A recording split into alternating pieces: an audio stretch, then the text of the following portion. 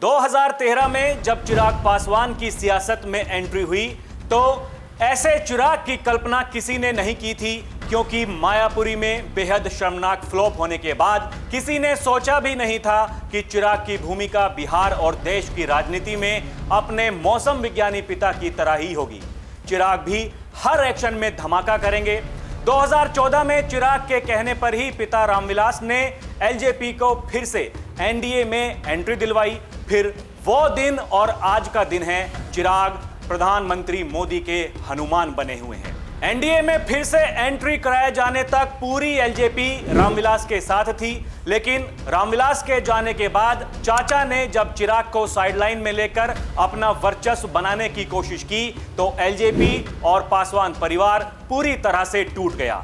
चाचा पशुपति ने 4 सांसदों को तोड़कर पार्टी और निशान दोनों को हैक कर लिया। ये अलग बात है कि बाद में कानूनी लड़ाई लड़कर चिराग ने पिता की विरासत पर जीत हासिल की और पार्टी के मूल नाम और निशान दोनों को फिर से जीत लिया।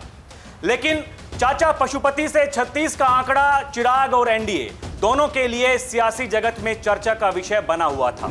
एक तरफ पशुपति का केंद्र में मंत्री बने रहना और दूसरी तरफ चिराग को हनुमान बनाए रखना मोदी से ही संभव था, जिसे मोदी आज तक साबित करते आ रहे हैं। अब चिराग काफी मजबूत हो चुके हैं। खासकर 2024 के लोकसभा चुनाव के परिणाम ने साबित कर दिया कि रामविलास के असली सियासी वरिष्ठ भी चिराग और उनकी अभी की पार्टी ही है। इन दिनों अचानक ही बिहार में कुछ जगहों पर लगे पोस्टरों ने सूबे के सियासी तवे को गर्म कर दिया है और कुछ सवाल भी उठने लगे हैं। चिराग पासवान के पोस्टर से बिहार की राजनीति में उठ रहे सवाल कितने लाजिमी हैं? क्या एलजेपी के पोस्टर में चिराग को मुख्यमंत्री के रूप में प्रोजेक्ट किया गया है? एनडीए की अंदरूनी राजनीति और चिराग की मंशा पर सवाल उठे, वो कितने जायज हैं? बिहार विधानसभा चुनाव की तैयारियों के बीच लोक जनशक्ति पार्टी रामविलास पासवान के नेता चिराग पासवान का राजनीतिक रुख सबको चौंका रहा है। उन्होंने बिहार की तरफ अपनी राजनीति को शिफ्ट करने के संकेत जब से दिए हैं, तब से ही बिहार में राजनीतिक वातावरण में कई तरह की कयासबाजियां चल रही हैं। ऐसे में पटना के वीरचंद पटेल मार्ग के अलावा अन्य सड़कों पर लगाए पोस्टर्स पर भी चर्चा होने लगी है। दरअसल इसमें चिराग पासवान को बिहार के मुख्यमंत्री के तौर पर प्रोजेक्ट करने की कोशिश की गई है। साफ तौर पर एनडीए की अंदरूनी राजनीति को देखते हुए इन पोस्टर्स को लेकर कई सवाल खड़े होने लगे हैं। इसके अलावा पिछले दिनों एक सभा में चिराग ने खुले मंच से कहा कि बिहार उसे बुला रहा है, वो बिहार की राजनीति करना चाहते हैं, वो बिहार की किसी सामान्य सीट से चुनाव लड़ना चाहते हैं।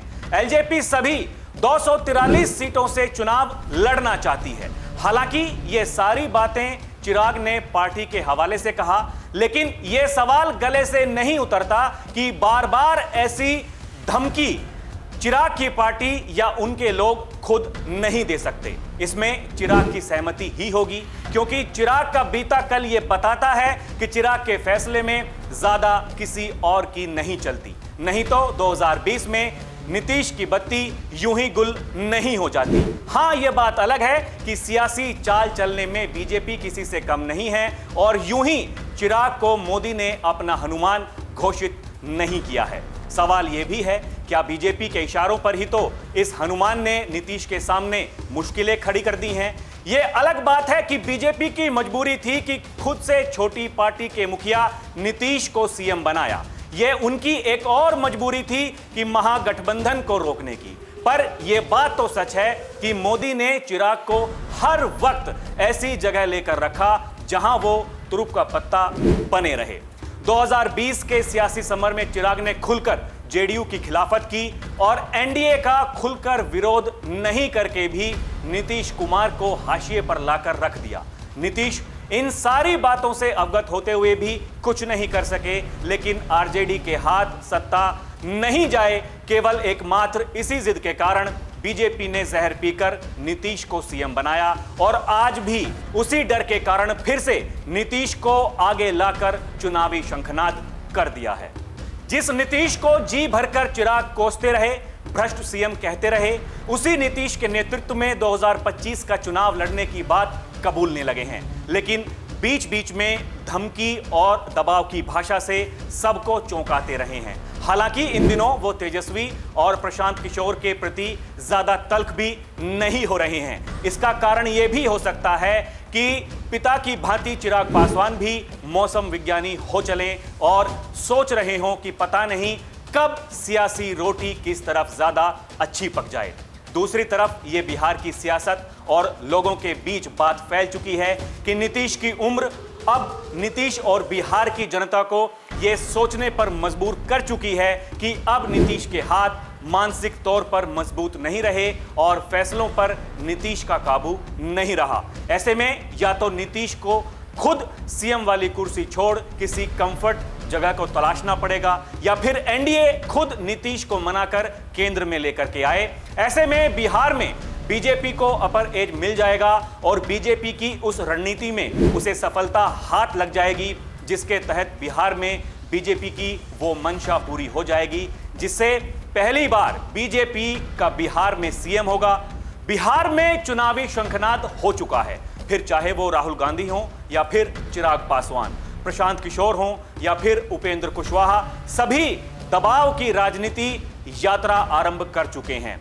लालू के रहमो करम पर बिहार की कांग्रेस को कुछ खास उम्मीद नहीं है, पर आरजेडी पर राहुल दबाव बनाकर विधानसभा चुनाव में ज्यादा सीटें हासिल करना चाहते हैं। लेकिन तेजस्वी को पता है कि कांग्रेस के कारण ही आरजेडी 2020 में सरकार नहीं बना पाई थी। ऐसे में लालू जी कांग्रेस को कितनी तवज्जो देंगे ये कहना अभी ठीक नहीं। लेकिन राजगीर की यात्रा से राहुल गांधी ने जातीय जनगणना और मोदी पर वार कर अपनी इमेज आरजेडी की नजर में बेहतर करने का जो प्रयास किया वो उसके खिलाफ जा सकता है, क्योंकि बिहार में 2025 के चुनाव में बिहार की जनता कुछ हिडन एजेंडे पर भी अपनी मुहर लगा सकती है। अब बिहार की जनता जातीय गोलबंदी से निकलती जा रही है और राष्ट्र और हिंदुत्व जैसे भावनात्मक मुद्दों पर शिफ्ट होती जा रही है। खासकर मोदी के कुछ चौंकाने वाले फैसले और मुद्दों पर अचानक वोटर अपना मत बदलने लगे हैं। चिराग पासवान ने अचानक ही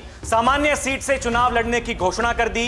ये उस बात पर मुहर लगती है कि चिराग अपनी छवि सिर्फ दलित और पिछड़े से निकालकर सामान्य या सर्वजातीय रूप लेना चाहते हैं। दूसरी तरफ मोदी की राष्ट्र स्तर पर जातीय जनगणना की घोषणा ने सबकी सहानुभूति या तुष्टीकरण की मंशा की हवा ही निकाल दी है।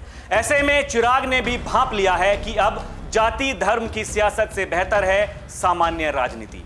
गौर करने वाली एक खास बात यह है कि चिराग सॉफ्ट हिंदुत्व कार्ड खेलने में माहिर खिलाड़ी हैं।